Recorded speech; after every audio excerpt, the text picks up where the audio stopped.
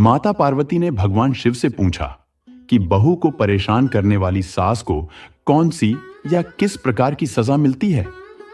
प्रिय मित्रों, कहानी शुरू करने से पहले मेरा आप सबसे अनुरोध है कि आप हमारी कहानी में खो जाइए। इस वीडियो को पूरा देखें, क्योंकि अधूरी वीडियो देखने से आधा अधूरा ही ज्ञान प्राप्त होता है, जो जीवन में कभी काम नहीं आता। तो चलिए हम कहानी की शुरुआत करते हैं। यह एक दिन की बात है। शाम का समय था। भगवान शिव और माता पार्वती कैलाश पर्वत पर बैठे हुए थे। तभी माता पार्वती के मन में दो प्रश्न आए। उन्होंने भगवान शिव से दो प्रश्न पूछे। उनका पहला प्रश्न यह था कि बहू को परेशान करने वाली सास को कौन सी या किस प्रकार की सजा मिलती है। दूसरा प्रश्न यह था कि किस प्रकार की स्त्री के ससुराल में पैर रखने से गरीबी आ जाती है। माता पार्वती के इन प्रश्नों को सुनकर भगवान शिव ने कहा, हे पार्वती, आपके मन में आया हुआ प्रश्न बहुत महत्वपूर्ण है और लोक कल्याणकारी भी है। जब कोई लड़की शादी के बाद बहू बनकर अपने माँ बाप, जिन्होंने उसे जन्म दिया और पाला पोसा, उन्हें हमेशा के लिए छोड़कर अपने ससुराल में जाती है, तो उस समय उसका ससुराल ही उसके लिए सब कुछ होता है। उस बहू के लिए उसके सास ससुर ही माता पिता होते हैं। इसलिए हे पार्वती, हर सास ससुर को चाहिए कि अपनी बहू को अपनी बेटी जैसा ही प्यार दें।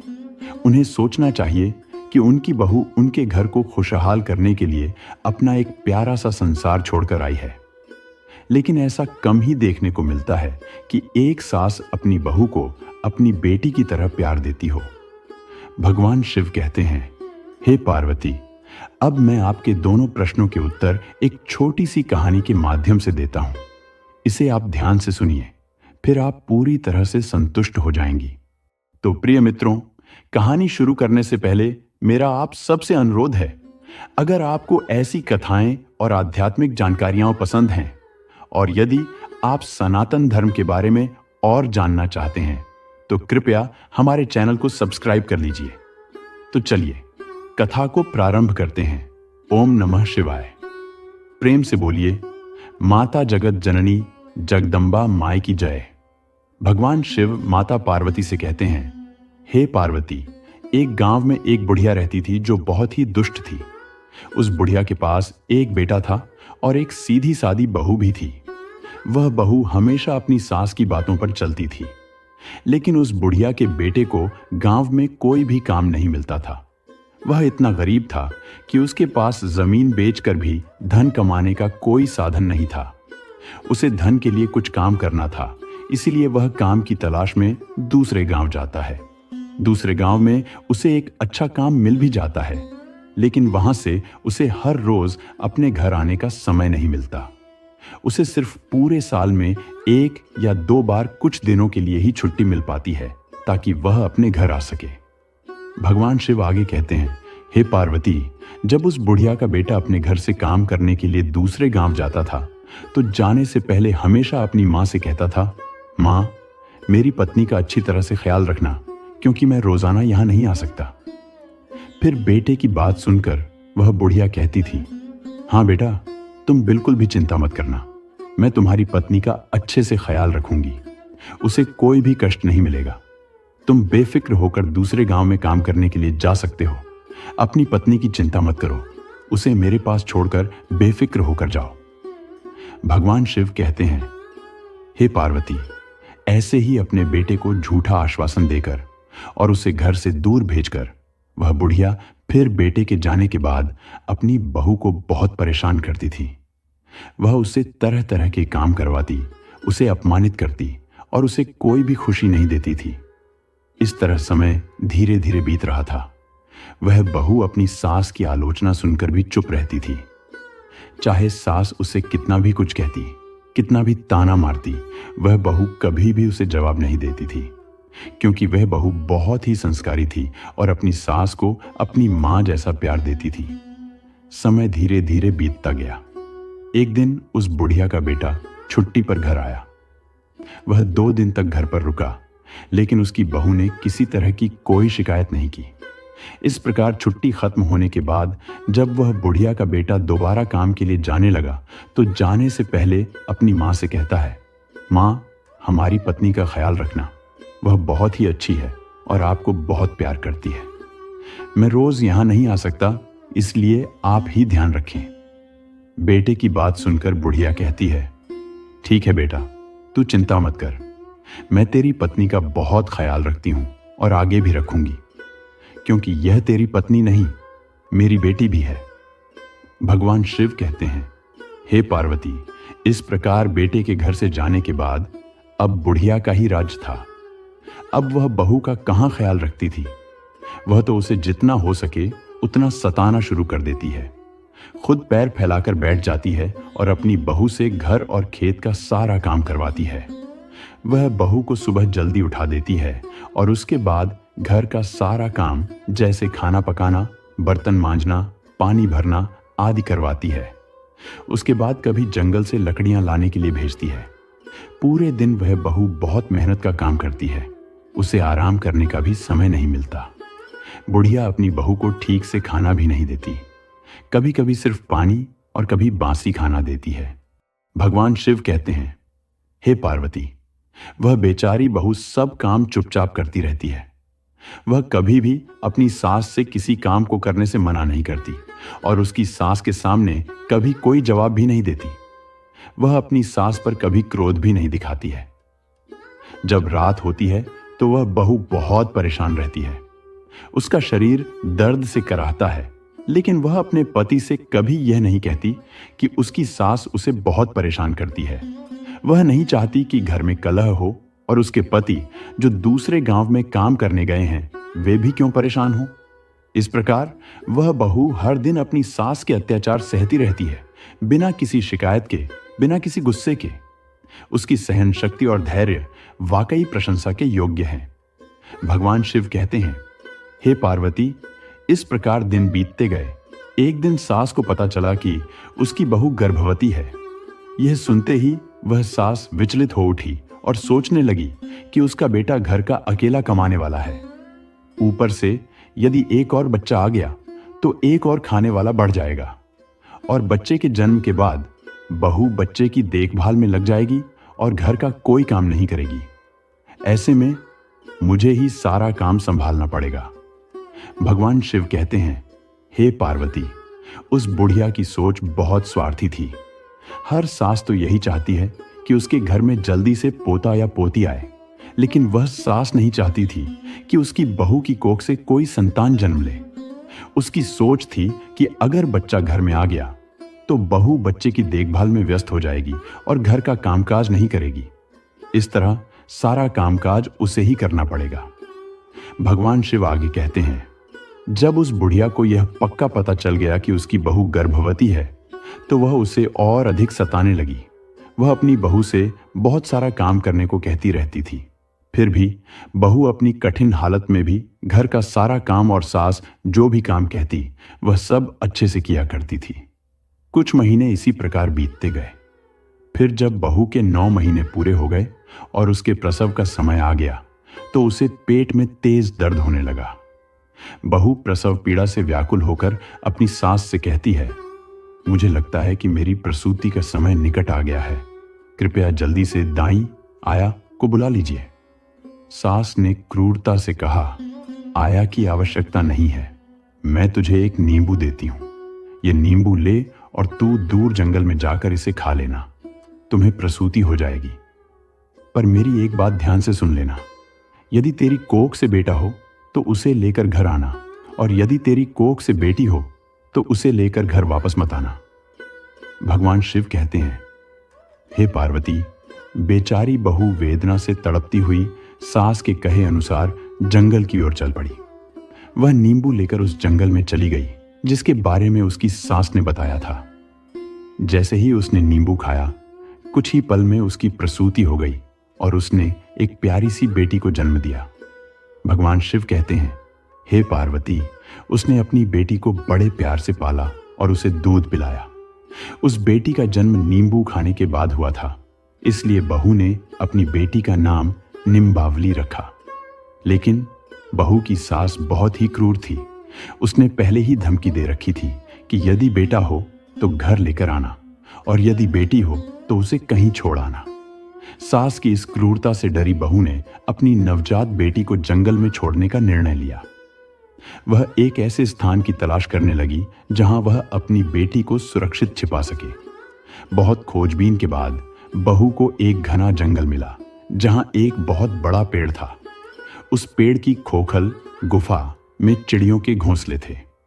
बहू ने अपनी बेटी निम्बावली को उस खोखल में रख दिया और उन चिड़ियों से कहा, हे चिड़ियों, यदि मैं अपनी बेटी को घर ले जाऊंगी तो मेरी सास मेरी बेटी को मार देगी, इसलिए मैं अपनी बेटी को तुम्हारे भरोसे यहां छोड़कर जा रही हूं। यदि संभव हो तो कृपया मेरी बेटी का ध्यान रखना। भगवान शिव ने कहा, हे पार्वती। बहू यह कहकर घर लौट आई। जैसे ही वह घर पहुंची, उसकी सास ने समझ लिया कि उसे बेटी हुई है। उसने अपनी सास से कहा, मां, बेटी हुई थी इसलिए उसे घर नहीं लाई। यह सुनकर वह बूढ़ी सास जोर जोर से चिल्लाने लगी, मेरी बहू डायन बन गई है, वह अपने बच्चों को खा जाती है। उसने गांव में भी यह अफवाह फैला दी कि उसकी बहू ने अपनी ही बेटी को खा लिया है। भगवान शिव कहते हैं, हे पार्वती, उस बूढ़ी सास ने बहू को बहुत तंग किया, लेकिन बहू अपनी सास की बातों को अनसुना कर देती थी। वह मन ही मन खुश रहती थी कि उसकी बेटी भगवान की कृपा से जिंदा है। हर दिन बहू जानवरों को चराने के बहाने जंगल जाती और अपनी बेटी निम्बावली को दूध पिलाती। इस प्रकार कुछ दिन बीते और निम्बावली धीरे धीरे बड़ी होने लगी। 1 साल बीत गया और फिर उस बूढ़ी सास का बेटा अपनी छुट्टियों पर घर लौटा।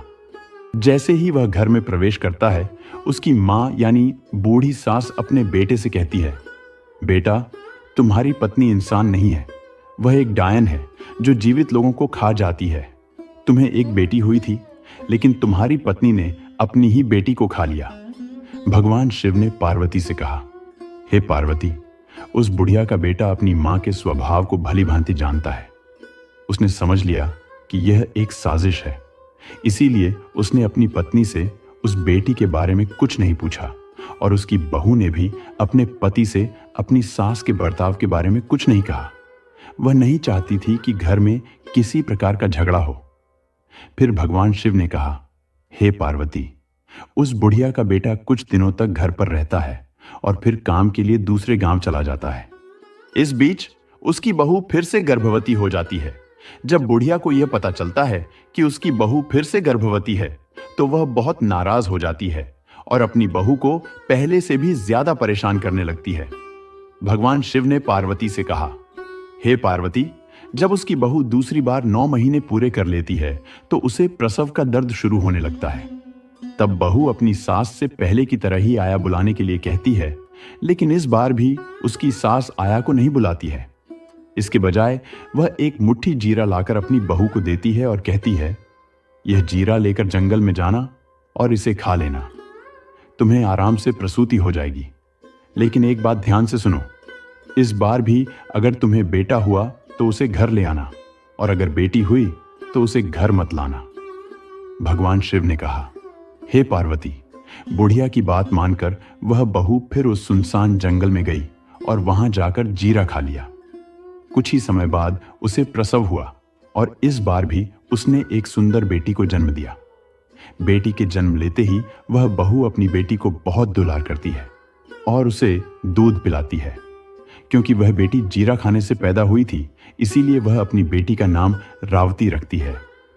फिर वह अपनी पहली बेटी को जहां पर रखा था, उसी खोल में जाकर अपनी दूसरी बेटी को भी रख देती है और चिड़ियों से कहती है, हो सके तो उसका ध्यान रखना।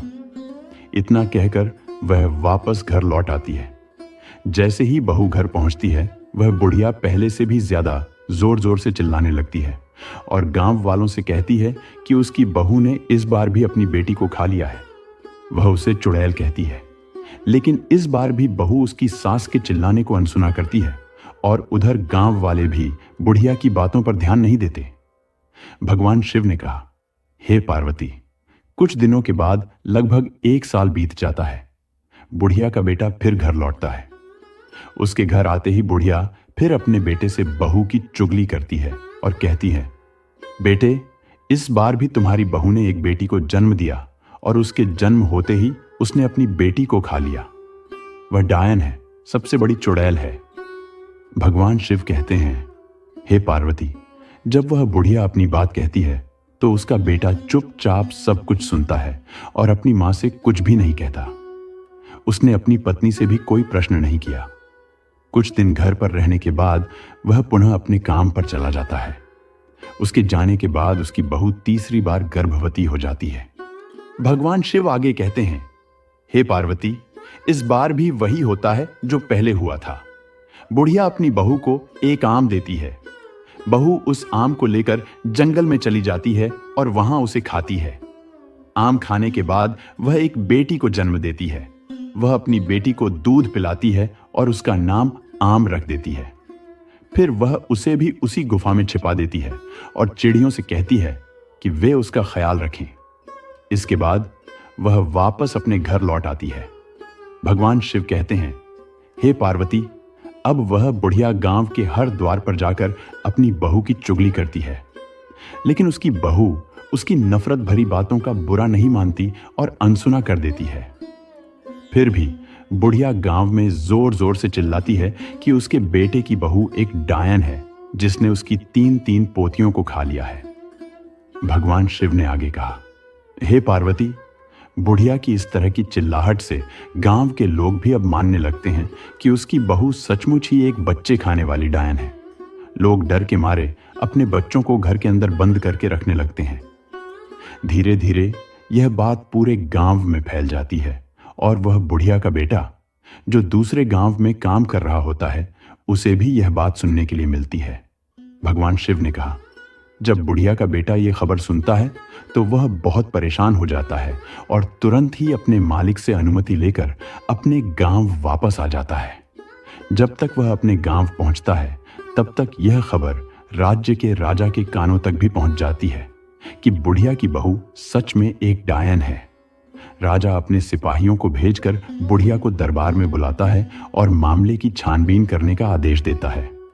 बुढ़िया राजा के सामने पहुंचकर अपनी बात को और मिर्च मसाला लगाकर कहती है, महाराज, मेरी बहू सच में एक बड़ी डायन है, बच्चों को खाने वाली चुड़ैल है। उसने मेरी 3 पोतियों को जिंदा ही खा लिया है। यह सुनकर राजा क्रोधित हो जाता है और आदेश देता है, चौराहे पर एक सूली लगवा दो।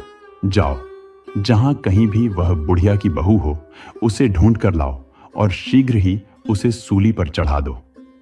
इस प्रकार राजा के आदेश के बाद सिपाही बुढ़िया की बहू को पकड़ने के लिए निकल पड़ते हैं। भगवान शिव ने कहा, हे पार्वती, इस प्रकार राजा के सिपाही शीघ्र ही आज्ञा का पालन करते हुए तुरंत ही सूली का इंतजाम करने लगे। फिर वे बुढ़िया की बहू को दरबार में लेकर आए। जब वह दरबार में प्रस्तुत की गई तो राजा ने उससे पूछा, क्या तुम्हारी सास सच कहती है? क्या तुमने अपनी 3 बेटियों को जीवित खा लिया है? राजा की बात सुनकर बहू चुपचाप सिर झुकाए खड़ी रही। उसकी चुप्पी देखकर राजा को विश्वास हो गया कि बुढ़िया ने जो कहा है वह सत्य है। उसने सच में अपनी बेटियों को खा लिया है और वह एक डायन है। राजा ने तुरंत ही अपने सिपाहियों को आदेश दिया कि उस बहू को सूली पर चढ़ा दिया जाए। सिपाही उसे लेकर चौराहे पर ले गए, जहां सूली पर चढ़ाने की तैयारी की जाने लगी। राजा भी अपने दरबार के सभी मंत्रियों और सेना के साथ वहां पहुंच गया। भगवान शिव ने कहा, हे पार्वती, इधर बहू को सूली पर चढ़ाने की तैयारी हो रही थी और उधर उसका पति, जो दूसरे गांव से लौटा था, घर पहुंचा। घर पहुंचते ही उसने देखा कि घर खाली है, न मां है न पत्नी। घर के दरवाजे पर ताला लगा हुआ था। वह घबरा गया और पड़ोसी से पूछने लगा, क्या हुआ है?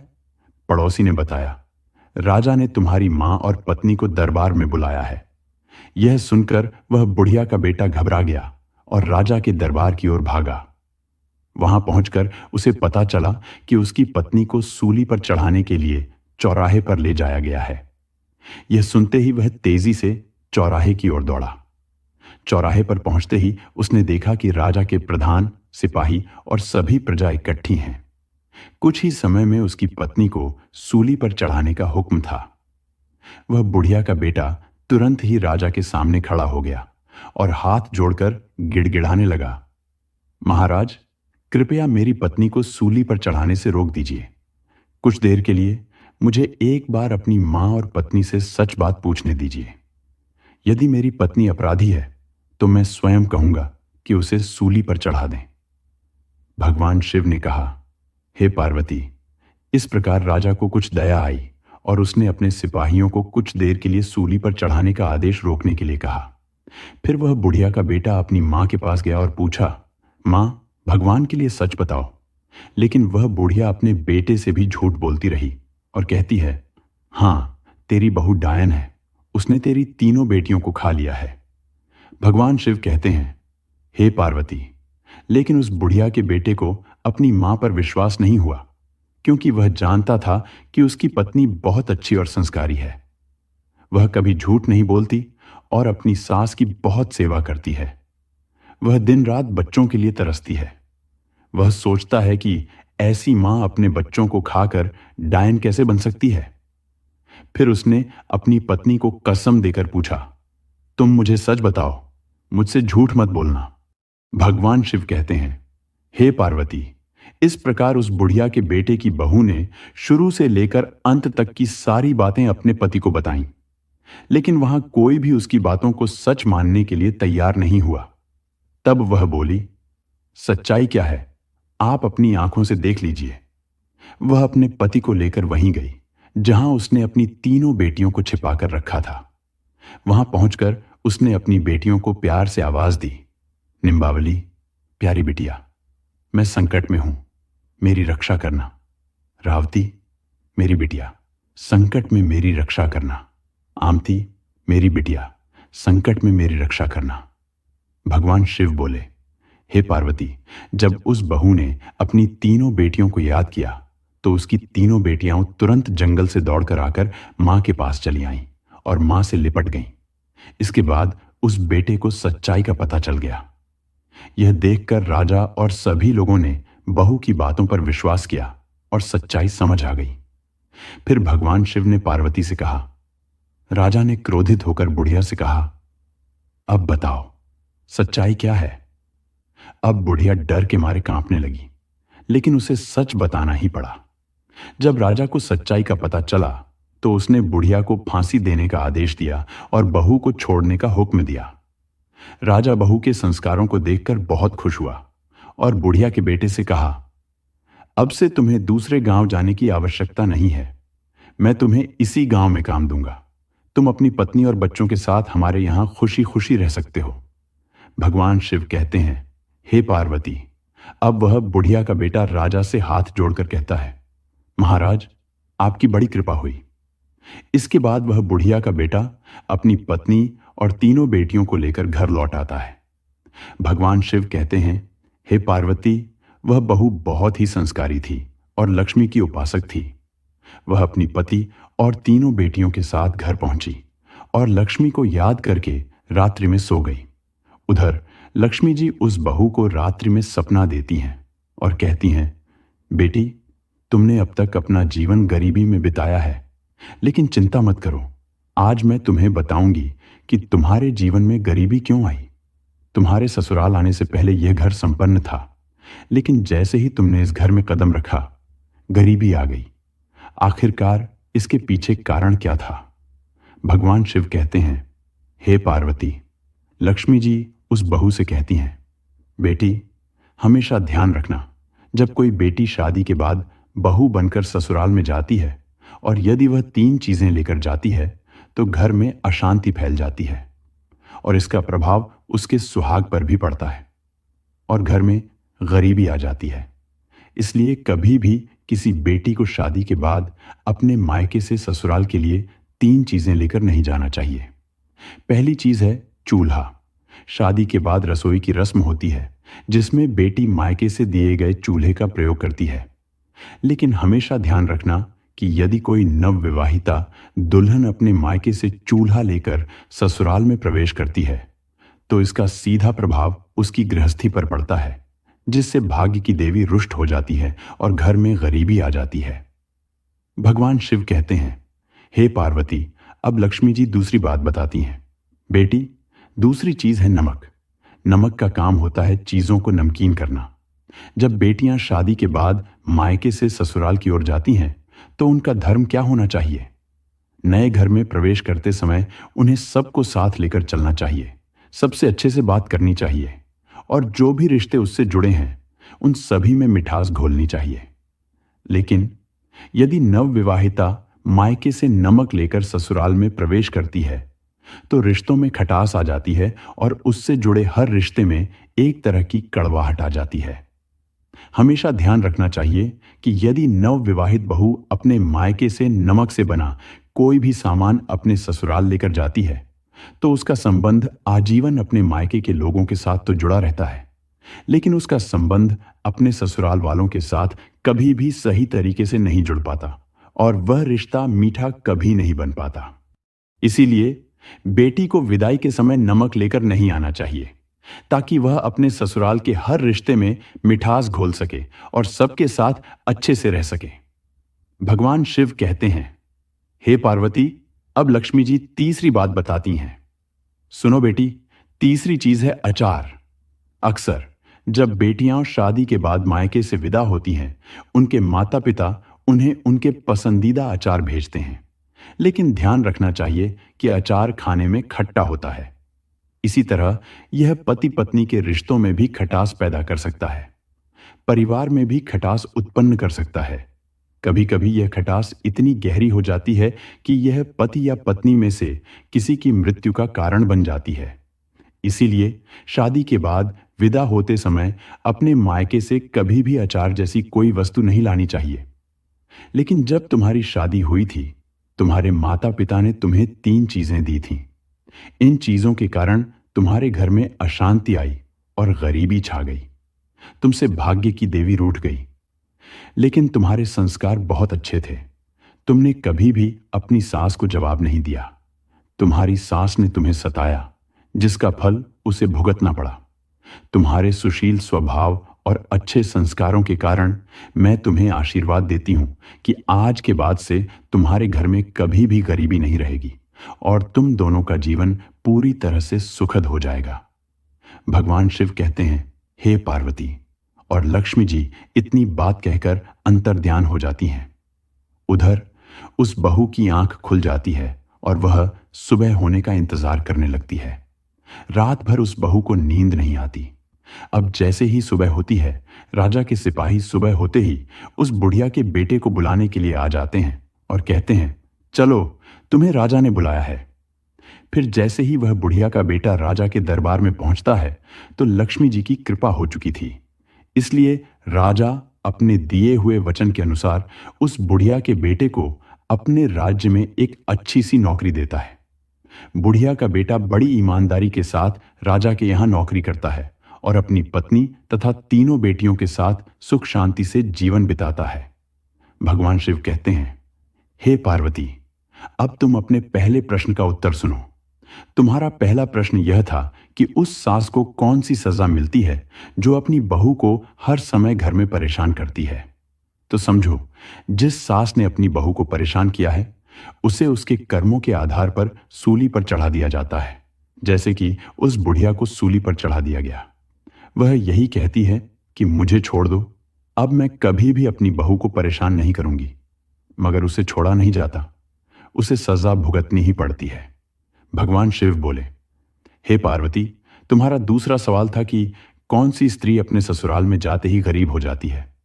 तो समझ लो कि शादी के बाद नवविवाहिता को अपने मायके से 3 चीजें नहीं लेनी चाहिए। नंबर 1 चूल्हा, नंबर 2 नमक और नंबर 3 आचार। यदि कोई नवविवाहिता इन 3 चीजों को अपने मायके से अपने ससुराल में ले आती है तो उसके जीवन में गरीबी आ जाती है। इसलिए हमेशा इन बातों के लिए और लोगों को भी सचेत करें। तो मित्रों, इस कहानी को अपने परिवार के सभी सदस्यों को जरूर सुनाओ। मुझे पूरा यकीन है कि इसके बाद सास बहू के बीच मित्रता बनेगी और घर में कभी भी गरीबी नहीं आएगी। भाग्य की देवी लक्ष्मी कभी भी रूठेंगी नहीं। उम्मीद है आपको यह कहानी अच्छी लगी होगी। अगर आप भगवान शिव के सच्चे भक्त हैं तो चैनल को सब्सक्राइब करें और वीडियो को लाइक करके कमेंट में हर हर महादेव अवश्य लिखें। आप सभी का वीडियो को यहां तक देखने के लिए धन्यवाद।